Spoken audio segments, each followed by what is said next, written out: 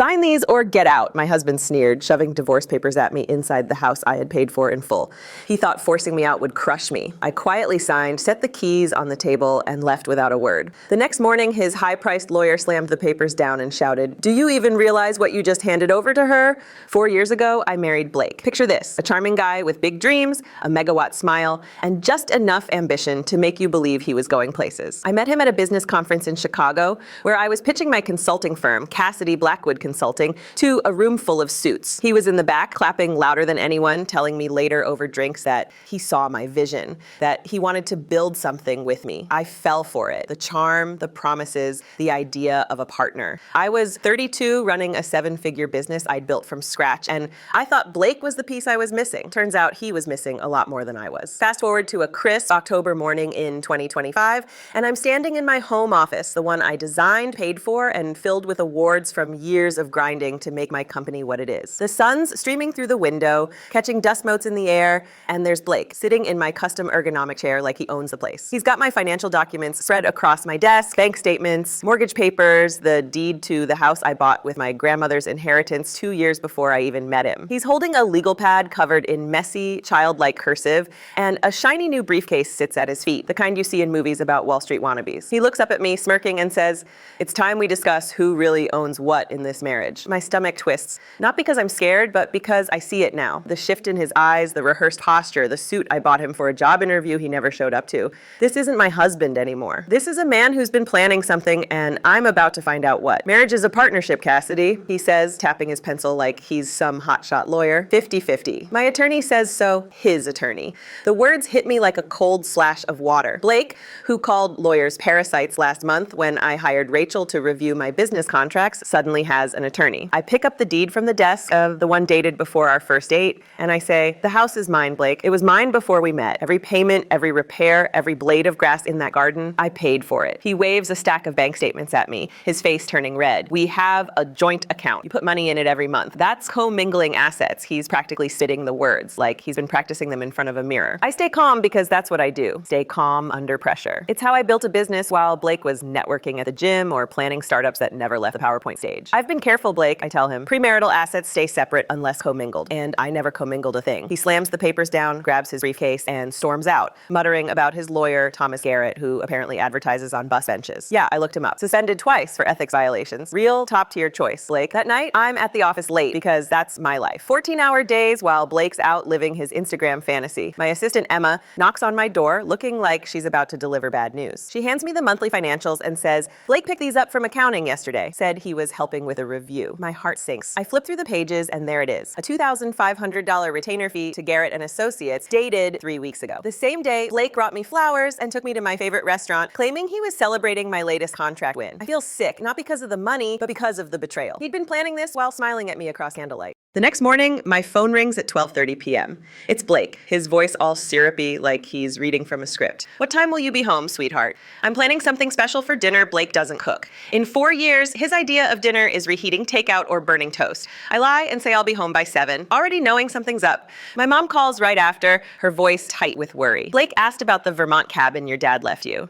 Wanted to know if the deed was in your name, the cabin. 2 acres of lakefront property I inherited 5 years ago. Blake went there once, whined about no Wi-Fi, and swore he'd never go back. Now he's sniffing around my family's legacy? I tell Mom to stonewall him, and she laughs darkly. My memory's not what it used to be, honey, but I remember exactly what I think of men like him. I call Rachel, my attorney, who's been expecting this. She's one of the best in Missouri, and she's been watching Blake's moves since he started chatting up divorce lawyers at a charity gala last month. "You're bulletproof, Cassidy," she says, pulling up my files. "The house is in a trust you set up before the marriage. Your business is a separate entity. Your assets are documented and never commingled. Let him play his hand. Men like Blake always overplay when they think they're winning." That night, I walk into my house at 7 p.m., my phone recording in my pocket. Missouri's a one-party consent state, and Rachel told me to document everything. The house smells like cheap Chinese takeout, not even from our usual spot, but from that sketchy place by the highway we swore we'd never order from again. Blake's set the table with my grandmother's Wedgwood china, the delicate plates she brought from England in 1952. We used them twice in 4 years, and both times Blake complained about hand washing them. Now they're props for whatever this is. He's standing by the table, wearing a navy suit I paid for, holding a manila folder like it's an Oscar-worthy script. We need to talk about our marriage, he says, launching into a speech about how we've grown apart and how he's been doing soul-searching and therapy. Therapy? Blake's idea of therapy is YouTube motivational videos. He slides the folder across the table, pushing aside a container of sweet and sour sauce. I've had papers drawn up. Fair to both parties, I open the folder, and it's a joke. A poorly typed separation agreement demanding my house alimony, half my business, even my grandmother's jewelry, and the Vermont cabin. He's listed my car, bought 6 months before our wedding, as a shared asset. I look at him, his eyes gleaming with confidence, and I say, "You want half my business? The one I built while you were at the gym?" "I've been your sounding board," he says, leaning over me like he's closing a deal. "I've supported your late nights, sacrificed my ventures." Sacrificed what? The app company that never launched? The consulting firm with no clients? I pick up the pen he's left on the table, a cheap Bic, not even a Mont Blanc, and he steps back thinking he's won. "Sign or get out," he says, pointing at the door. "This is my house now. I've established residency." Rachel warned me he'd say something like this. She said it's a classic move from bad lawyers, make the wife feel trapped. But I've negotiated with CEOs who'd eat Blake for breakfast. I sign every page, slowly, deliberately, watching his face light up like he's just won the lottery. I place my house keys on the table, slide off my wedding ring, the one I bought because Blake said rings were outdated, and walk out without a word. 20 minutes later, I'm in Rachel's conference room, sipping coffee from a real mug, not Blake's gas station paper cups. She's grinning like a cat who caught a canary. "He said it, didn't he? Sign or get out." I nod, and she pulls up Blake's latest Instagram post, uploaded while I was driving over. It's him in my living room, raising a beer with his gym buddies. Caption, "New chapter starts now. Sometimes you have to remove toxic people." Number sign, "My house, my rules." Rachel's taking screenshots, muttering about him broadcasting evidence. My neighbor Jennifer texts me a video of Blake on my porch, telling his buddies I chose spreadsheets over family and walked out after he gave me an ultimatum. I moved to a Marriott suite downtown, needing a space that doesn't smell like Blake's cologne or carry the weight of his lies. My CFO, Marcus, calls to confirm Blake's corporate card is deactivated, along with his BMW lease, gym membership, and something called executive presence coaching that cost me $400 a month. Blake's empire is crumbling, one declined transaction at a time. The next morning, Emma meets me at a coffee shop looking like she hasn't slept. She confesses she saw Blake 3 months ago at the Marriott with a woman, Jessica Reeves, a fitness influencer. Emma shows me Jessica's Instagram, where she's wearing my diamond tennis bracelet, my Cartier watch, my grandmother's pearl necklace. Blake told me they were lost or at the jeweler. Rachel calls with more. Blake's been stashing $37,000 in a secret account, selling off my father's first edition books, my grandmother's silver tea service, pieces from my storage unit. He's been stealing from me for months, funding his exit while I paid for his life. My neighbor, Mrs. Chin, shows me her doorbell camera footage. Blake and Jessica laughing, carrying boxes of my belongings out of my house. Jessica with her own key, walking in like she owned the place. Rachel digs deeper on Blake's lawyer, Thomas Garrett, a guy with a 12% success rate who advertises on Craigslist. Blake picked him because of a Facebook ad promising David versus Goliath victories. Classic Blake, flash over substance. By 8:47 a.m., Blake's BMW is repossessed. His phone's cut off. The smart home system I installed, locks, Keurig, TV, blinds, won't recognize him. He's trapped in a house that's not his, holding papers he thinks give him power. At 10:03 a.m., Garrett calls Rachel, panicking. "There's been a misunderstanding about the property," he stammers. Rachel's voice is ice cold. "Your client signed documents claiming ownership of a trust he knew existed before the marriage. That's documentary fraud." We hear Blake in the background shouting about squatters' rights until Garrett snaps, "It's not your house, Blake. You committed fraud. She didn't give you anything. You gave her evidence to bury you with." Rachel gives Blake 72 hours to vacate before we file criminal charges. Deputy Martinez serves the eviction notice at 7 a.m. the next day. Blake calls me from a landline begging to work this out. I tell him, "The house was mine before you. Every payment, every bill, mine. You didn't sacrifice anything because you never had anything." His brother Daniel shows up with a U-Haul, packing Blake's gaming chair, his self-help books, his unearned certificates. Neighbors watch, pretending to water their lawns. Mrs. Chin sips tea on her porch, enjoying the show. 6 months later, I'm hosting a dinner party in my house, my real house. Rachel's there with her wife, Emma with her husband, Mrs. Chin with her dumplings. We're using my grandmother's china, laughing, eating homemade lasagna on a table Blake wanted to replace. Rachel raises a glass to Cassidy, who didn't destroy the man who wronged her. She just let him destroy himself. Blake's out there somewhere, his Instagram silent, his empire reduced to a U-Haul's worth of dreams that never launched. My house is mine again, filled with light, my grandmother's roses blooming in the garden. I didn't just take back my home, I took back my life. And that, my friends, is the best revenge. So what's your favorite moment? Mine's when Blake's lawyer realized his client had signed his own downfall. Drop yours in the comments, hit that like button, and stick around for more stories of reclaiming what's yours.